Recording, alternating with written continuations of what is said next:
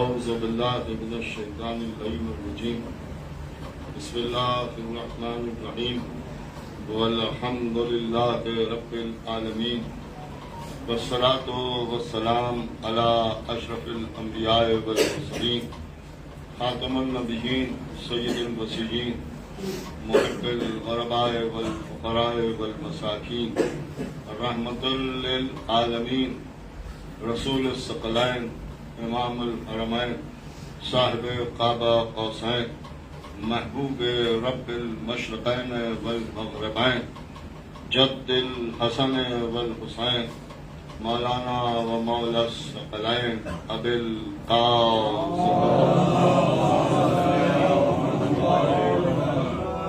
وآل بیتہ الطیبین الطاہرین المعصومین المظلومین المنتخبین المنتجبین الذین اذهب اللہ عنہم الرجس وطہرہم تطہیرا ولعنۃ اللہ علی اعدائہم وقتلتہم ومنکر فضائلہم ومصائبہم وطہارتہم وجلالتہم وشجاعتہم وعظمتہم وولایتہم وعطشہم اجمعین من یومنا ھذا الی یوم الدین اما بعد فقد قال اللہ سبحانہ تبارک وتعالی فی کتابہ الکریم والفرقانہ الحکیم والقرآن الکریم وقالہ الحق بسم اللہ الرحمن الرحیم یا ایہا الذین آمنوا اوفوا بالعقود صلوات بھیجتے ہیں خان صاحب حضرات اگر تھوڑا تھوڑا نکالا ہے تو جو حضرات ساتھ میں آئیں گے ان کے لیے آئیے گا عبادت صاحب ارے وہ صلوات پڑھیں محمد ایک اور صلوات بھیجتے ہیں بہت مختصر سی دعائیں کریمہ اس کی تلاوت کو شرف حاصل کیا اور مسلسل اس عشر مجالس میں نے آپ کے سامنے اچھی آیت کریمہ کی ذہن میں کرنے کی کوشش کی اور جو سلسلہ پہلی محرم کو شروع ہوا تھا وہ آج اپنے آخری مرحلے پر منتقل ہو رہا ہے. ظاہر سی بات ہے کہ یہ اس سال کے اس عشرے کی آخری مجلس ہے اور کل شام کو شام غریبہ کی مجلس ٹھیک 6 بجے 6:30 بجے شروع ہو جائے گی. آپ حضرات اس میں بھی شرکت فرمائیں اور خداوند عالم ارشاد فرما رہا ہے کہ وہ لوگوں جو ایمان لائے ہو تم اپنے وعدوں کو پورا کرو. دیکھیے ایمان کا تذکرہ ہے اور بغیر ایمان کے کچھ ہونا نہیں ہے اور ایمان اگر آدمی لے آیا ہے تو اس کی ہر حال میں نجات ہے. اس لیے کہ اگر ایمان والوں کو نجات نہ ملے گی تو کیا بے ایمانوں کو نجات ملے گی؟ نجات کا تعلق ایمان سے ہے اور جو لوگ ایمان کو سمجھنا چاہتے ہیں وہ رسول کی بس اس حدیث کو سامنے رکھیں کہ یا علی حب کا تقویٰ والایمان. علی تمہاری محبت کا نام تقویٰ ہے اور تمہاری محبت ہی کا نام ایمان. کھلی ہوئی بات ہے کہ مولا علی ہماری جان ہے، مولا ہماری زندگی ہے. ہم اٹھتے بیٹھتے اگر یاد کرتے ہیں تو مولا علی ہی کو یاد کرتے ہیں، اور یہ سمجھتے ہیں کہ بغیر ان کے کوئی کام یا کوئی عمل ہی نہیں رہ جاتا. اور جو لوگ یہ عمل کی بات کرتے ہیں اور یہ سمجھتے ہیں کہ ذات بغیر انہیں مانے ہوئے اور وہ جنت میں چلے جائیں گے اور نجات حاصل کر لیں گے، تو ان کے لیے بس میں ایک ہی بات عرض کرنا چاہتا ہوں کہ دیکھیے، بغیر عمل کے یا بغیر عقیدے کے صحیح کیے ہوئے کوئی بھی عمل فائدہ نہیں پہنچا سکتا. اور اس کی سب سے بڑی دلیل یہ ہے کہ اگر کوئی غیر مسلم ایک اسپتال کھلوائے اور فری میں سب کا علاج کرائے اور کہے ہم تو انسان ہیں، لہذا ہمارے لیے ہندو کیا، مسلمان کیا، شیعہ کیا اور سنی کیا، تو میرا سوال ہے علماء اسلام سے کہ یہ عمل صحیح ہے یا غلط؟ تو ان کا صاحب عمل صحیح ہے، اور عمل کا کیا کہنا، اس سے بہتر عمل کیا ہوگا کہ ہر ایک کو اس سے فائدہ پہنچ رہا ہے. لیکن پھر میرا سوال ہے کہ وہ غیر مسلم ہے، کیا اسے اس عمل پر نجات مل جائے گی؟ تو ان کا صاحب جب عقیدہ ہی صحیح نہیں ہے تو عمل چاہے جیسا ہو فائدہ نہیں پہنچائے. یہی ہم بھی سمجھاتے چلے آ رہے ہیں کہ جب تک آل محمد پر عقیدہ نہ ہوگا اس وقت تک عمل چاہے جیسا ہو، لیکن جب وہ عمل ہی نہ کہلائے گا تو فائدہ کیا پہنچائے گا؟ ایک صلوات پڑھیں محمد والے. لہذا اگر اپنے اعمال کو درست کرنا ہے تو پھر آل محمد پر جان نثار کرنا پڑے گا اور آل محمد کی عظمت کو سمجھنا پڑے گا. بس تمہید کے طور پر میں ایک بات آپ کے سامنے عرض کرتا چلوں کہ جہاں تک مولا کائنات کا مسئلہ ہے تو لوگوں نے آج تک علی کو سمجھا ہی نہیں. کبھی آپ غور کریں کہ مولا علی کی شان جو رسول اللہ نے بیان فرمائی ہے وہ کیا بیان فرمائی. اس لیے کہ زمانہ یہی کہتا ہے کہ آپ علی کی تعریف کرتے ہیں اور کسی کے لیے کچھ نہیں کہتے، تو ہمارے علماء اور خطبہ کہتے ہیں کہ ہم کہیں کیا، اس لیے کہ کہیں کچھ ہے ہی نہیں تو بیان کیا ہو. ایک صلوات پڑھیں محمد والے، ایک اور صلوات بھیجتے ہیں محمد. بھائی کسی نے کچھ کیا ہو تو بیان کیا جائے، جب کسی نے کبھی کچھ کیا ہی نہیں ہے تو ہم بیان کیا کریں. اور جو کیا ہے وہ اگر ہم بیان کرنے لگتے ہیں تو لوگ جھگڑا کرنے لگتے ہیں. ایک بات تمہید کے طور پر عرض کروں کہ بات یہ ہے کہ جب ذکر علی ہو جاتا ہے تو سب کا تذکرہ ہو جاتا ہے. ان کا صاحب دلیل کیا ہے؟ دلیل رسول کی یہ حدیث ہے کہ آدم کو ان کے علم میں، نوح کو ان کے تقوی میں، ابراہیم کو ان کی خلت میں، موسیٰ کو ان کی ہیبت میں، عیسیٰ کو ان کے زہد میں. دیکھنا ہو تو علی میں دیکھو، کہ علی میں دیکھو. آپ سے بس تھوڑی دیر متوجہ کرنا ہے آپ حضرات کو. ایک باواز بلند صلوات بھیجتے ہیں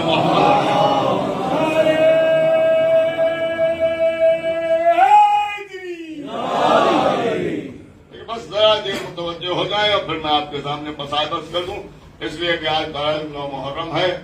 اور میں سمجھتا ہوں کہ آپ آمادہ ہیں اس بات پر کہ آپ امام حسین علیہ السلام پر گریا کریں. لیکن تمہید کے طور پر بس ایک جملہ آپ کے سامنے عرض کر دوں، اس لیے کہ وہ شیعی کیا کہ جو علی کی تعریف نہ سنے. ایک صلوات پڑھیں محمد والے.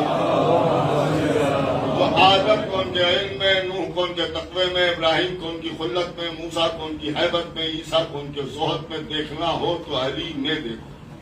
سوال یہ پیدا ہوتا ہے کہ صفت ذات میں ہوتی ہے یا ذات صفت میں ہوتی ہے؟ دیکھیے، صفت ذات میں ہوتی ہے یا ذات صفت میں ہوتی ہے؟ رسول اللہ نے عجب انداز سے ارشاد فرمایا کہ آدم کو ان کے علم میں. کہنا یہ چاہیے تھا کہ علم کو آدم میں، نوح کو تقوی میں نہیں بلکہ تقوی کو نوح میں. اب وہ کر رہے یہی تو ہونا چاہیے تھا. اس لیے کہ صفت ذات میں ہوتی ہے، لیکن رسول اللہ کی یہ حدیث نہیں ہے کہ آدم میں علم کو دیکھو، نوح میں تقوی کو دیکھو، نہیں، آدم کو ان کے علم میں، نوح کو ان کے تقوی میں، ابراہیم کو ان کی خلت میں، موسیٰ کو ان کی ہیبت میں، عیسیٰ کو ان کے زہد میں دیکھنا ہے تو علی میں دیکھو۔ کبھی آپ نے غور کیا کہ ایسا کیوں بیان کیا گیا؟ میں نے شاید اس سے پہلے بھی آپ کے سامنے ایک مثال دی تھی کہ پانی گلاس میں ہے یا گلاس پانی میں، صحیح کیا ہے؟ تو نے کہا صاحب صحیح تو دونوں ہیں۔ کیسے صحیح ہیں دونوں؟ کہ جب پانی کم ہے تو پانی گلاس میں ہے، اور جب پانی زیادہ ہے تو پھر پانی گلاس میں ہے، پانی میں گلاس۔ کیسے؟ کہ جب پانی کم ہے تو ایک گلاس رکھا ہوا ہے، گلاس میں پانی ہے، اور ایک پانی سے بھری ہوئی بالٹی ہے، اس میں گلاس پڑا ہے۔ تو اب گلاس پانی میں ہے، پانی گلاس میں نہیں ہے۔ آپ غور فرما رہے ہیں؟ اس کا مطلب یہ ہے کہ جب پانی کم ہے تو پانی صرف میں ہے، اور جب پانی زیادہ ہے تو پھر صرف پانی میں ہے۔ آپ نے غور کیا؟ یہی معاملہ وہاں بھی ہے کہ جب علم کم ہے تو علم ذات میں ہے، لیکن جب علم میں اضافہ ہو جائے تو پھر علم میں ذات ہے۔ یہ علم میں ذات ہے، یعنی آدم کے سامنے علم ایسے ہے کہ آدم علم کے سمندر میں موجیں مارتے ہوئے نظر آ رہے ہیں، نوح تقوی کے سمندر میں ڈوبے ہوئے نظر آ رہے ہیں، ابراہیم خلت کے سمندر میں نظر آ رہے ہیں۔ آپ نے بہت فرمایا تو یہاں کے اوپر صفت زیادہ ہے، ذات چھوٹی ہے، لیکن جب سارے انبیاء اپنے تمام صفات کے ساتھ علی کے سامنے آ گئے تو پھر سب اپنے صفات کے ساتھ علی کے سمندر میں ڈوب گئے۔ فرمایا اس لیے کہ یہی تو ارشاد فرمایا کہ آدم کو ان کے علم میں، نوح کو ان کے تقوی میں، ابراہیم کو ان کی خلت میں، موسیٰ کو ان کی ہیبت میں، عیسیٰ کو ان کے زہد میں دیکھنا ہے تو علی میں دیکھو۔ یعنی آدم علم میں ہے، علم علی میں ہے، نوح تقوی میں ہے، تقوی علی میں ہے، ابراہیم خلت میں ہے، خلت علی میں ہے، موسیٰ ہیبت میں ہے، ہیبت علی میں ہے۔ اس کا مطلب یہ ہے کہ سارے صفات علی کے سامنے ایسے ہیں کہ سب علی میں سما گئے، اور علی سب کا احاطہ کیے ہوئے ہیں۔ ان کو جو سمجھے گا سب کا احاطہ کیے ہوئے ہیں۔ ایک ذاکر نے بڑی خوبصورت بات کہی، وہ میں آپ کے سامنے عرض کروں، اور کہا کہ صاحب علم اور آدم کا مسئلہ یہ ہے کہ آدم نے علم کو اٹھایا ہے، آدم نے علم کو اٹھایا ہے، نوح نے تقوی کو اٹھایا ہے، موسیٰ نے ہیبت کو اٹھایا ہے، عیسیٰ نے زہد کو اٹھایا ہے، اس لیے کہ یہ چیزیں ان کے سامنے کمتر ہیں۔ لیکن رسول اللہ نے تو حدیث دوسری بیان فرمائی۔ اس کا مطلب تو یہ ہے کہ علم جب آدم کے سامنے جاتا ہے تو آدم کو اٹھا لیتا ہے، تقوی جب نوح کے سامنے جاتا ہے تو نوح کو بلند کرتا ہے، ہیبت جب موسیٰ کے سامنے جاتی ہے تو موسیٰ کو بلندی مل جاتی ہے، لیکن موسیٰ کو بلندی مل جاتی ہے، خلت جب ابراہیم کے سامنے جاتی ہے تو ابراہیم کو بلندی مل جاتی ہے۔ اور ان کا آج سمجھے نہیں، ہمیشہ افضل مفضول کو اٹھاتا ہے۔ پوری توجہ سنیے گا، میں نے بھی کہا کہ ٹھیک ہے اگر یہی مسئلہ ہے تو یوں ہی صحیح، آدم کے سامنے علم آیا تو آدم نے علم کو اٹھا لیا، نوح کے سامنے تقوی آیا، تقوی کو نوح نے اٹھا لیا، ابراہیم کے سامنے خلت آئی تو خلت کو ابراہیم نے اٹھا لیا، موسیٰ کے سامنے ہیبت آئی تو پھر موسیٰ نے ہیبت کو اٹھا لیا، عیسیٰ کے سامنے نبوت آئی تو عیسیٰ نے نبوت کو اٹھا لیا، رسول اللہ کے سامنے رسالت آئی تو رسول اللہ نے رسالت کو اٹھا لیا، لیکن جب میدان غدیر میں آدم اپنے علم کے ساتھ، نوح اپنے تقوی کے ساتھ، ابراہیم اپنے خلت کے ساتھ، موسیٰ اپنی ہیبت کے ساتھ، عیسیٰ اپنے زہد کے ساتھ جب علی میں جمع ہو گئے اور ہمارے نبی نے علی کو دیکھا تو علی کو یوں اٹھا لیا کہ جیسے کسی شہنشاہ نے اپنا تاج اٹھا لیا۔ صلوات محمد علیہ۔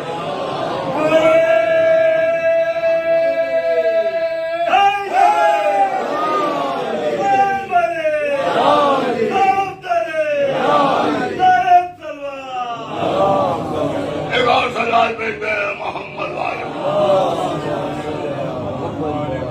اور اس کے بعد اس گھرانے میں اگر آ جائیں، اس گھرانے سے وابستہ ہو جائیں تو پھر انسان کی نجات۔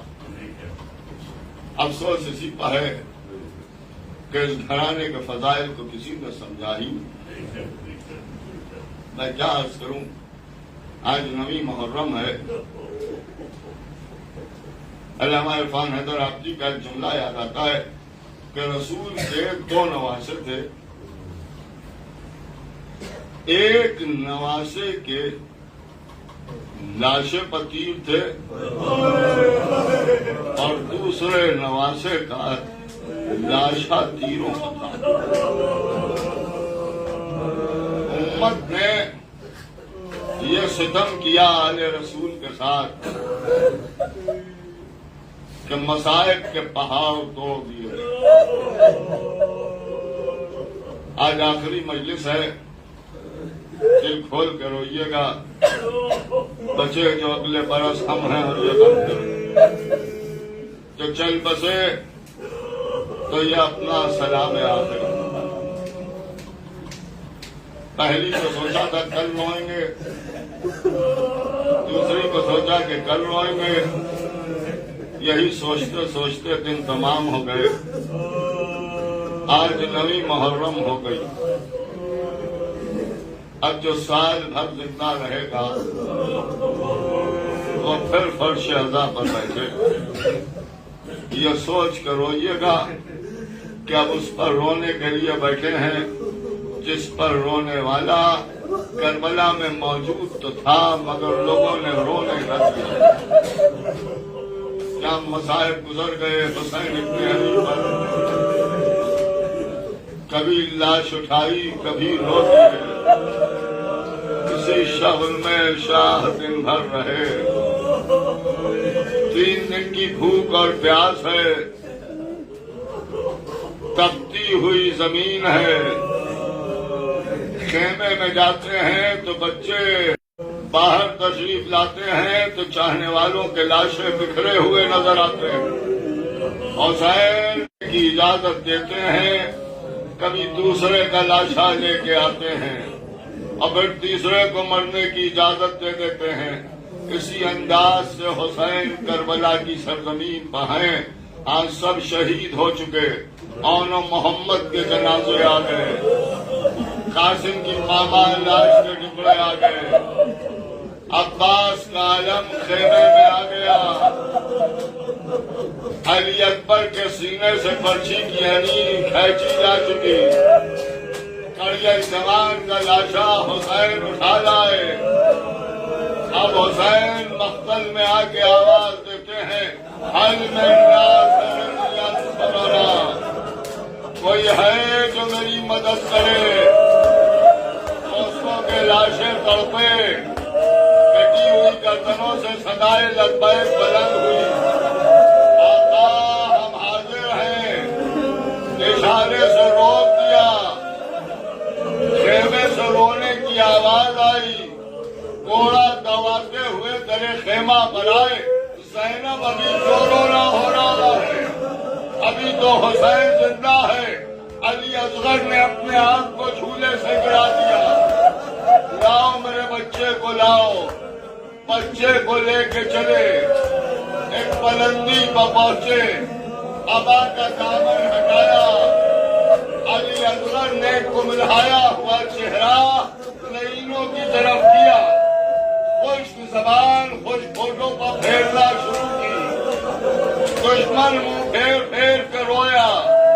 ایک آواز عمر سعد کی گونجی، آئینہ آئینہ حرملہ اس کا کلام الحسین، حرملہ نکلا، 3 بار کا تیر چٹائے کمر سے کہا میرے لال خدا پہ، ادھر کمان کڑکی، وجہ بدلی، علی اصغر نے اپنے گلے کو آگے بڑھا دیا، ایک تیر سے زخمی 2 ہوئے، گردن صغیر اور بازو امام حسین نے تیر نکالا، چلو میں خون لیا، زمین کی طرف پھینکا، انکار ہوا، آسمان کی طرف پھینکنا چاہا، انکار ہوا، چہرے پر ملا، انکار آسمان کو ہے، راضی زمین نہیں، اصغر تمہارے خون کا ٹھکانا کہیں نہیں۔ آج تو آپ رباب کے لال کا ماتم کر رہے ہیں، میں کیا مصیبت عرض کروں، یہ وہ بچہ ہے جس پر شہادت کے بعد بھی ظلم ہوا، جب حسین شہید ہو گئے تو سروں کی گنتی ہوئی، سروں کی گنتی ہوئی، کسی نے کہا کہ 1 سر کم آئے، خدا لعنت کرے عمر سعد ایک لمبا نیزہ لیے ہوئے چلا، ایک لمبا نیزہ لیے ہوئے چلا، زمین پر مارتا ہوا چلا،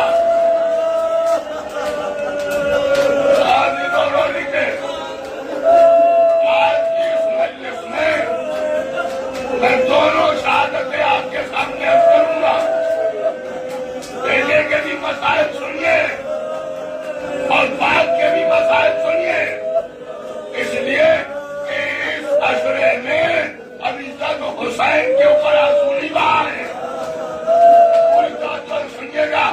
مجلس کا ختم ہوگی مجھے نہیں معلوم ہے، لیکن آج کا دن صرف مسائل کا دن ہے۔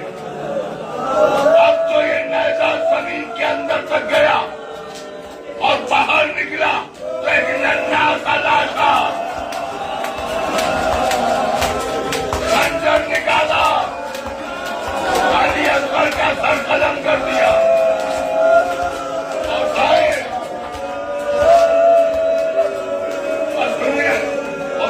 ننھی سی قبر کھود کے اصغر کو گاڑ کے شبیر کھڑے ہوئے، دامن کو جھاڑ کے خیمے میں آئے، سیدانیوں سے رخصت ہوئے، میدان کارزار کی طرف چلے۔ اب میں وہ شہادت آپ کے سامنے عرض کر رہا ہوں جو چوتھے امام نے بیان فرمائی ہے، اور امام ارشاد فرماتے ہیں کہ جب ہمارے شیعہ میرے بابا کی شہادت اس انداز سے سنیں گے تو مچھلی کی طرح سے توبہ گے، روئے رونے میں کمی نہ کیجیے گا، کہ امام نے ارشاد فرمایا کہ منہال سنو، میرا بابا گھوڑے پر سوار میدان کارزار میں تلوار ہاتھ میں کاٹتے ہوئے لعینوں کی سبوں کو چلے، فرات تک پہنچے، بھائی نے بھائی کے لاشے کو دیکھا، آواز دی عباس، عباس لڑنے کی بڑی تمنا تھی نا، عباس یہ حملہ تمہاری طرف سے کرتا ہوں، یہ کہہ کے شیرانہ حملہ کیا، کوہنی سے خون کی دھار چل رہی تھی، علمان کی صدائیں آ رہی تھی، امام فرماتے ناگہاں آسمان سے آواز آئی، تیروں پر تیر کھا چکے، بس ہے حسین بس، زخموں پر زخم آ چکے، بس ہے حسین بس، لاشوں پر لاشیں لا چکے، بس ہے حسین بس، ہم تم کو آزما چکے، بس ہے حسین بس، سر کو جھکا دو، خنجر بیداد کے لیے کچھ امتحان چھوڑ دو۔